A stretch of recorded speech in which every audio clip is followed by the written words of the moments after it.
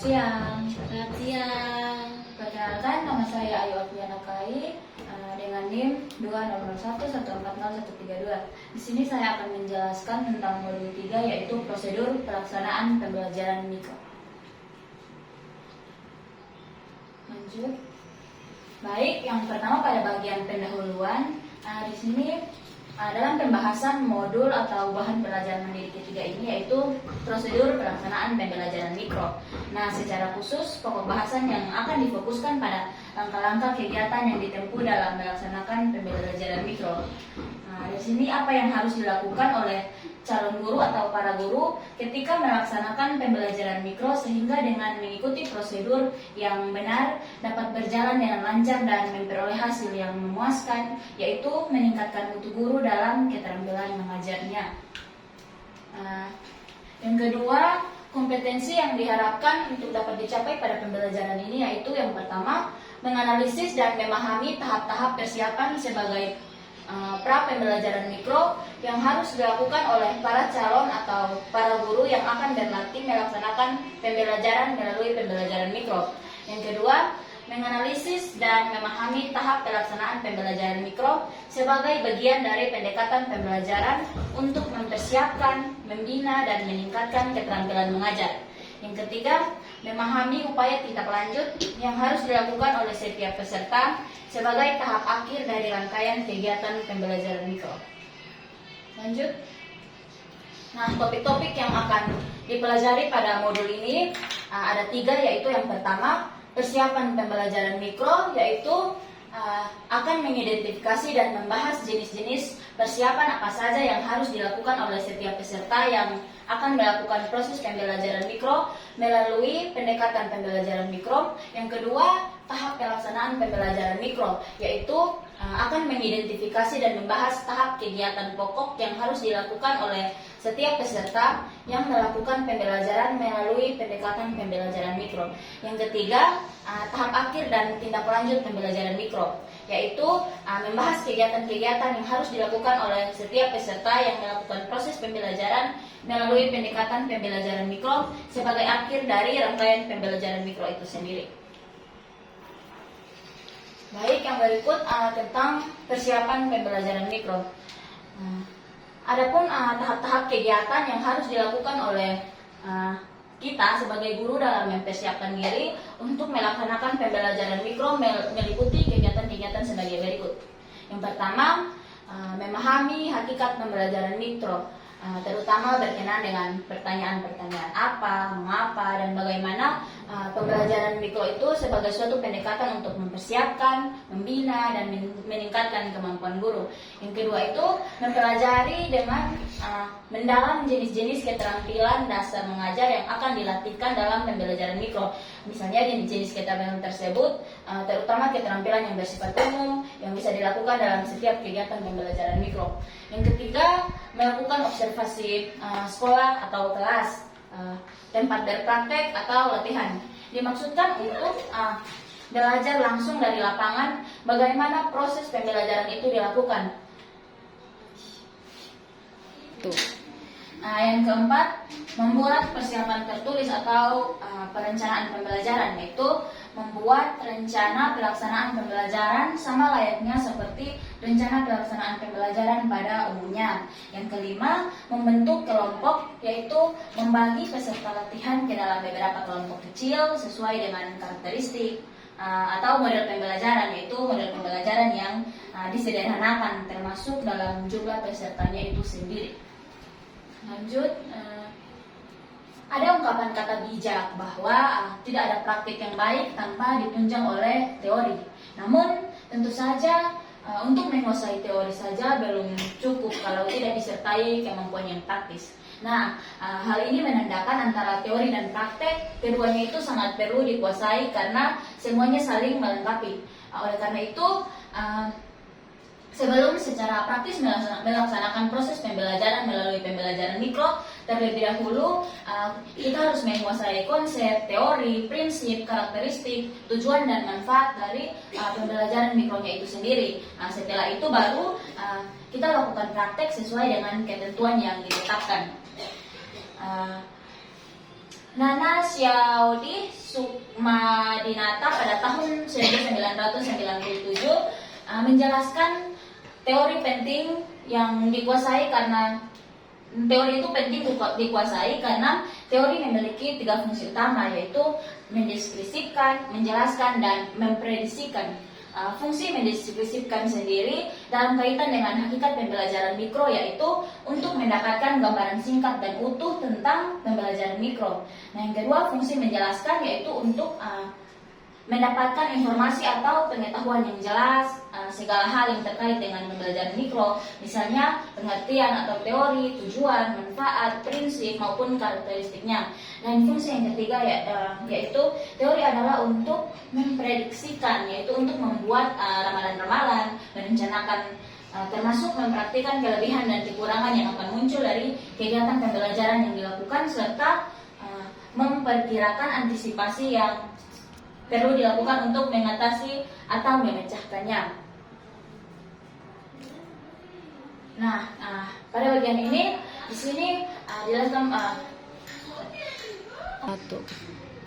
pada bagian yang kedua itu apa, mengapa, dan bagaimana pembelajaran mikro. Nah, perlu digarisbawahi bahwa hakikat pembelajaran mikro adalah pendekatan pembelajaran yang disederhanakan atau mikro.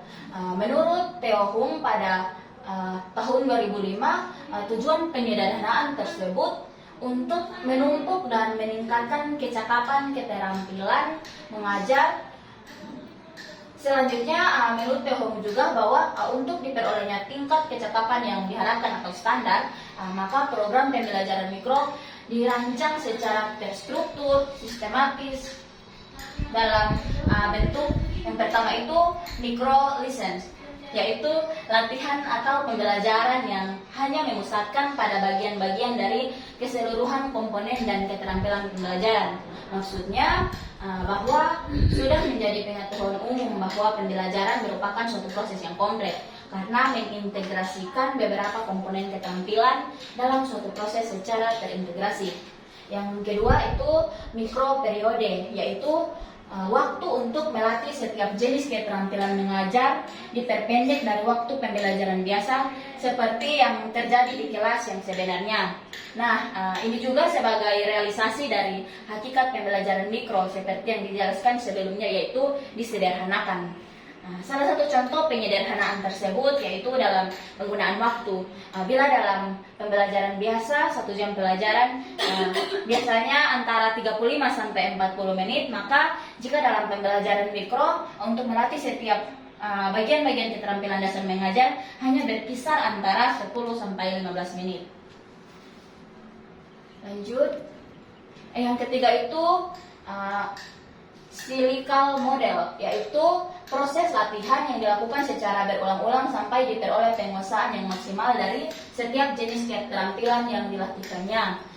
Untuk memperoleh penguasaan yang tuntas terhadap setiap materi pembelajaran tidak bisa dilakukan hanya dengan sekali waktu atau satu kali kegiatan saja. Nah, untuk itu, untuk menguasai terhadap sesuatu perlu proses. Semakin baik proses yang dilakukan, semakin baik pula hasil yang akan dicapai. Oleh karena itu, untuk melalui pembelajaran mikro, setiap peserta yang berlatih sangat terbuka dan sangat dianjurkan untuk berlatih secara terus-menerus sesuai dengan kebutuhan. Yang ketiga, jenis-jenis keterampilan dasar mengajar. Tahap kedua sebagai persiapan melaksanakan pembelajaran mikro adalah mengidentifikasi jenis-jenis keterampilan mengajar, lalu berusaha dengan belajar untuk memahami setiap jenis keterampilan dasar mengajar tersebut. Nah, dalam pembelajaran pada modul 1 dan 2 sudah banyak disinggung bahwa pembelajaran itu merupakan suatu proses yang kompleks. Ada tujuan atau kompetensi yang harus dicapai, materi pembelajaran untuk mencapai tujuan, ada metode, media, serta sumber pembelajaran, dan ada aspek evaluasi. Nah, selain itu ada siswa dengan berbagai karakteristiknya, sarana dan lingkungan bersifat fisik maupun sosial dan lain sebagainya. Nah, guru yang profesional sendiri harus memiliki kemampuan mengelola setiap unsur pembelajaran tersebut sehingga setiap unsur pembelajaran tersebut secara maksimal saling mempengaruhi untuk terjadinya proses belajar pada siswa. Nah, tugas guru sendiri adalah untuk membelajarkan siswa, yaitu bagaimana agar siswa sebagai objek dan subjek pembelajaran dapat berinteraksi dengan lingkungannya. Pembelajaran secara optimal untuk mencapai tujuan yang berkualitas. Faktor penentu keberhasilan pembelajaran terletak pada penampilan guru. Yang salah satu unsur penampilan tersebut adalah berkaitan dengan keterampilan dasar mengajar. Nah, menurut Allen dan Ryan pada tahun 1969, jenis-jenis keterampilan mengajar itu antara lain yang pertama ada keterampilan membuka, yang kedua keterampilan menutup, yang ketiga menjelaskan, yang keempat itu mengadakan variasi stimulus, yang kelima bertanya dasar, yang keenam bertanya lanjut, yang ketujuh balikan dan penguatan, yang delapan membimbing diskusi, 9 mengajar kelompok kecil dan perorangan, dan 10 membuat ilustrasi dan contoh, dan yang ke-11 itu keterampilan mengelola kelas. Lanjut, yang keempat ada observasi ke sekolah atau kelas. Nah, observasi dalam bahasa Inggris sendiri itu to observe atau memiliki banyak makna, antara lain mengamati, melihat, serta memperhatikan. Dari makna-makna tersebut, observasi adalah kegiatan memperhatikan secara cermat terhadap sesuatu yang dilihat. Nah, dalam hal ini kegiatan observasi yaitu untuk mencermati dengan teliti kegiatan guru yang sedang melakukan pembelajaran di kelas yang sesungguhnya. Yang kelima, membuat perencanaan pembelajaran mikro. Nah, untuk perencanaan pembelajaran mikro sendiri pada prinsipnya sama dengan rencana pembelajaran pada umumnya, yaitu rencana pembelajaran yang berfungsi sebagai pedoman umum bagi setiap yang akan melaksanakan proses pembelajaran dengan menggunakan pembelajaran mikro.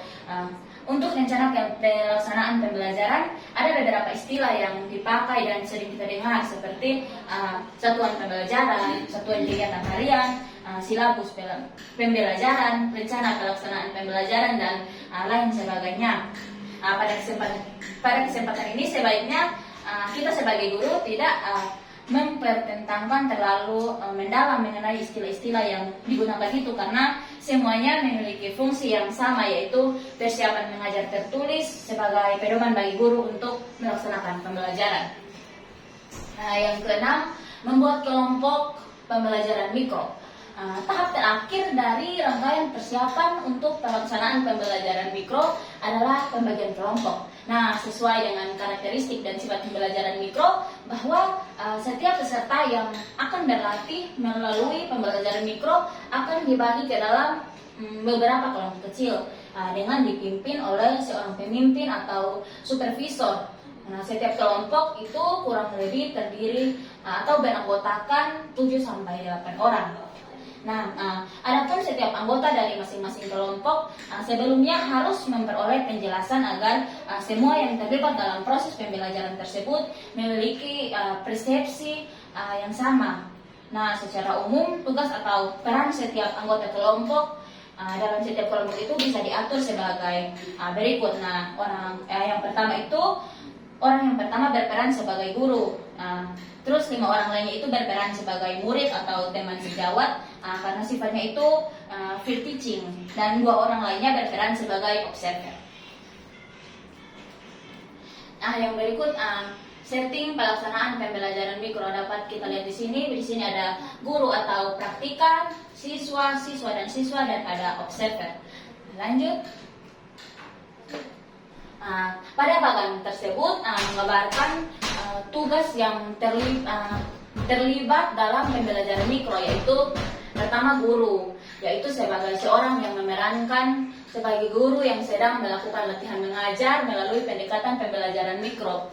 Yang kedua siswa, yaitu kelompok yang memerankan sebagai siswa yang sedang mengikuti kegiatan pembelajaran, dan yang ketiga itu observer. atau supervisor, yaitu seseorang yang bertugas untuk mengamati terhadap proses latihan pembelajaran yang dilakukan oleh guru yang sedang berlatih. Yang berikut, secara cermat, pihak observer atau supervisor mengamati dan mencatat kejadian-kejadian penting selama proses pembelajaran berlangsung. Sebaiknya agar dapat mendokumentasikan secara lengkap seluruh aktivitas atau kejadian selama pembelajaran berlangsung, sebaiknya dilengkapi alat perekaman video. Tugas observer selain untuk mencatat hal-hal penting di akhir pembelajaran adalah yang memberikan masukan, saran, dan solusi untuk lebih meningkatkan penampilan yang sedang berlatih. Oleh karena itu, seseorang yang menjadi observer harus sudah memiliki pengalaman lebih di bidangnya sehingga dapat memberikan masukan yang maksimal. Ya. Yang berikut tentang skenario pelaksanaan pembelajaran mikro. Pada bagian latar belakang sendiri, praktek latihan mengajar yang dilakukan melalui pendekatan pembelajaran mikro adalah mengajar yang sebenarnya. Dengan demikian, setiap unsur atau pihak-pihak yang terlibat dalam kegiatan pembelajaran mikro harus memerankan dirinya secara logis dan optimal, layaknya seperti kegiatan pembelajaran yang sebenarnya. Hal ini bertujuan terutama untuk mengkondisikan suasana pembelajaran yang sebenarnya agar calon guru atau guru yang sedang berlatih dapat melakukan proses pembelajaran secara maksimal. Apabila setiap kegiatan dalam persiapan pembelajaran mikro telah dilakukan, rencana pembelajaran mikro seperti telah dijelaskan di atas telah dibuat, maka kegiatan berikutnya calon guru atau peserta yang akan berlatih atau in-train telah siap untuk melakukan kegiatan inti atau kegiatan praktik pembelajaran mikro. Oleh karena itu, yang dimaksud dengan kegiatan inti pembelajaran mikro yaitu pelaksanaan praktik tampil mengajar dalam kelas atau di laboratorium sesuai dengan hakikat pembelajaran mikro yang sudah dibahas pada bagian sebelumnya. Lanjut. Adapun pihak-pihak terkait pelaksanaan pembelajaran mikro serta tugas dan fungsi yang harus dijalankannya. Pada intinya dapat dirincikan sebagai berikut. Yang pertama ada pihak guru yang berlatih, yang kedua ada pihak siswa, yang ketiga ada pihak observer, yang keempat ada pihak pembimbing atau dosen, yang keempat ada sarana dan fasilitas pendukung. Setiap unsur atau pihak yang terlibat dalam pembelajaran mikro harus mampu memerankan fungsinya secara wajar dan diarahkan pada upaya membantu peserta yang berlatih agar memiliki kemampuan atau kecakapan yang diharapkan. Adapun proses skenario dan setiap elemen dalam pembelajaran mikro dapat dijelaskan dalam fungsi dan peran setiap unsur pada pembahasan berikut ini. Yang pertama, fungsi dan peran guru yang berlatih atau train. Calon guru atau peserta yang berlatih dalam pembelajaran mikro pada saat ia tampil harus memposisikan dirinya sebagai guru. Tugas dari guru adalah untuk membelajarkan siswa. Walaupun suasana pembelajaran dilakukan dalam ruang atau tempat khusus untuk pembelajaran mikro, bukan di kelas yang sebenarnya atau not real classroom teaching, menghadapi teman sendiri atau teman sejawat sebagai siswanya atau field teaching akan tetapi tugas guru adalah mengajar yang sebenarnya atau real teaching. Yang kedua itu fungsi dan peran siswa. Siswa diposisikan sebagai objek sekaligus subjek pembelajaran. Siswa harus berperan aktif untuk merespons setiap stimulus pembelajaran agar memperoleh hasil pembelajaran yang memuaskan. Keterlibatan siswa secara aktif belajar itu akan menentukan kualitas proses dan hasil dari pembelajaran itu sendiri. Dalam pembelajaran mikro, pihak siswa dituntut untuk memposisikan dirinya sebagai siswa yang sedang mengikuti pembelajaran seperti dalam kegiatan pembelajaran biasa. Bahkan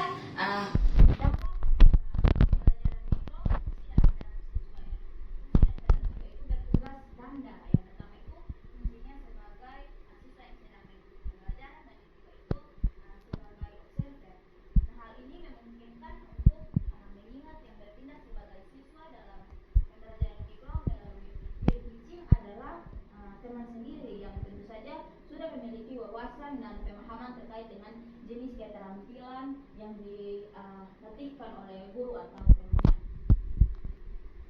Yang ketiga itu ada fungsi dan peran observer.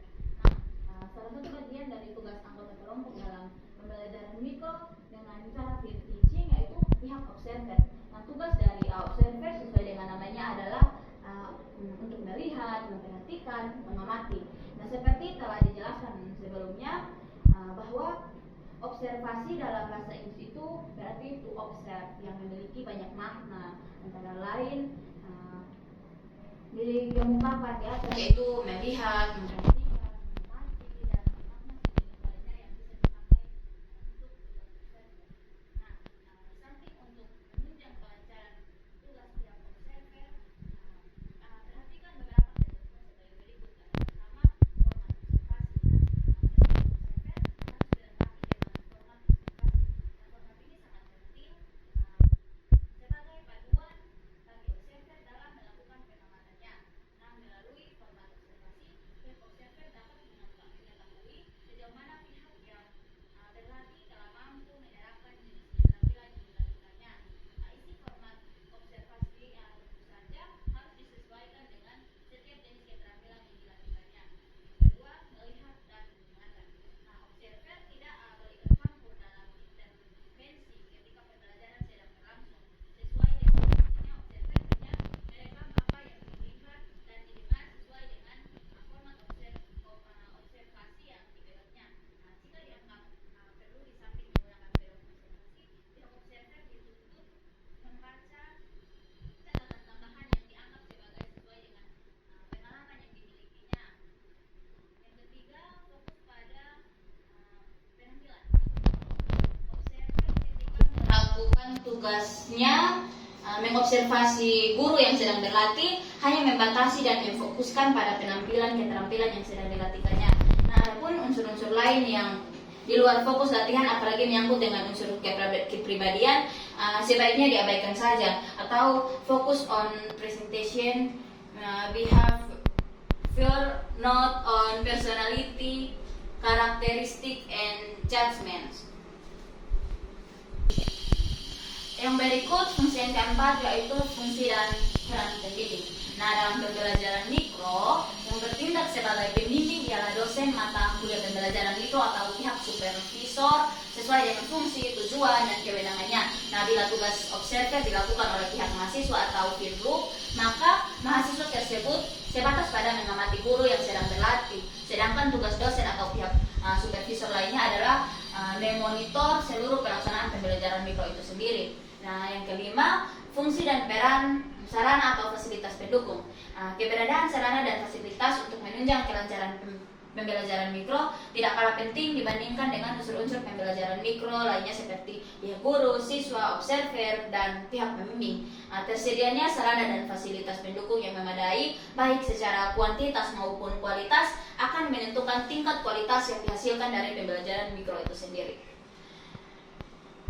Idealnya sarana dan fasilitas pendukung yang harus dimiliki untuk kelancaran pembelajaran mikro itu antara lain terdiri dari yang pertama ruang khusus atau laboratorium pembelajaran mikro dengan settingan ruang yang dibagi ke dalam 3 bagian utama, yaitu yang pertama ruang kelas untuk pembelajaran lengkap dengan meja, kursi, papan tulis, media, dan kelengkapan kelas lainnya. Yang kedua itu ruang observasi, yaitu tempat untuk observer melihat langsung penampilan guru. Batas antara ruang observasi dengan ruang kelas penampilan sebaiknya disekat oleh kaca yang hanya tembus pandang dari satu sisi atau observer. Nah, sementara pihak guru dan siswa di ruang kelas penampilan tidak dapat melihat ke ruang observer.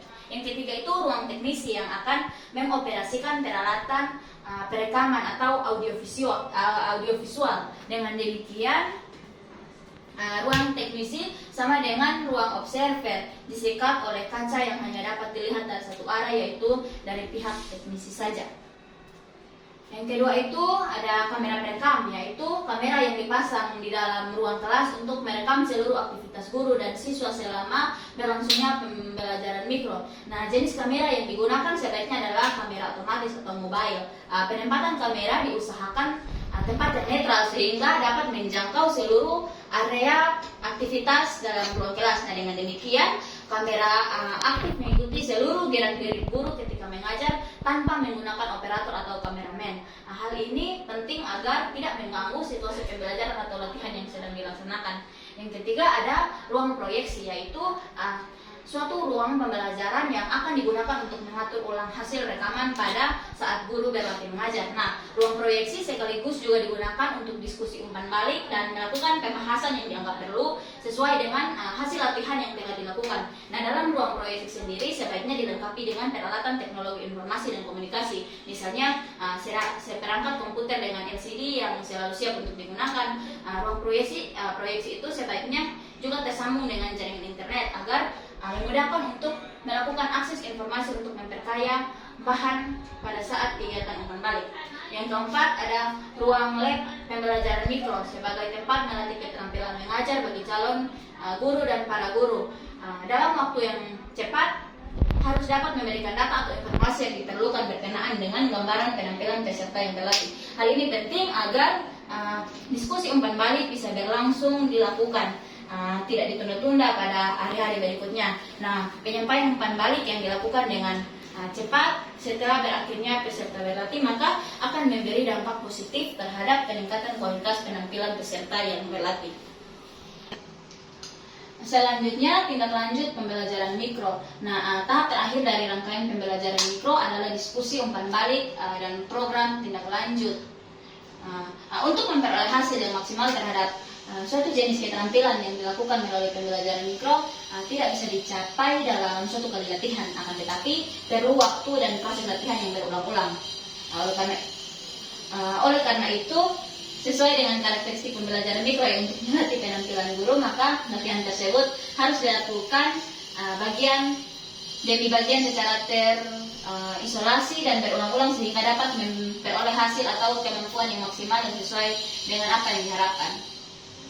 Yang kedua ada kegiatan akhir dan tindak lanjut pembelajaran mikro.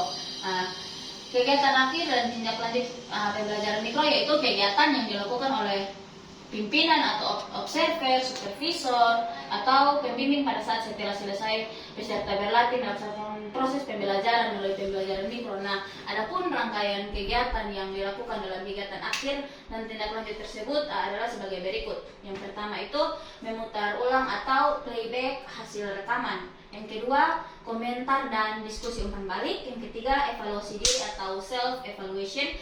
Yang keempat adalah tindak lanjut atau berlatih ulang.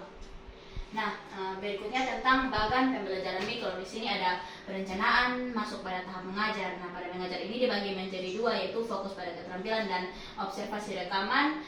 Setelah itu diskusi dan evaluasi diri, komentar observer dan latihan ulang.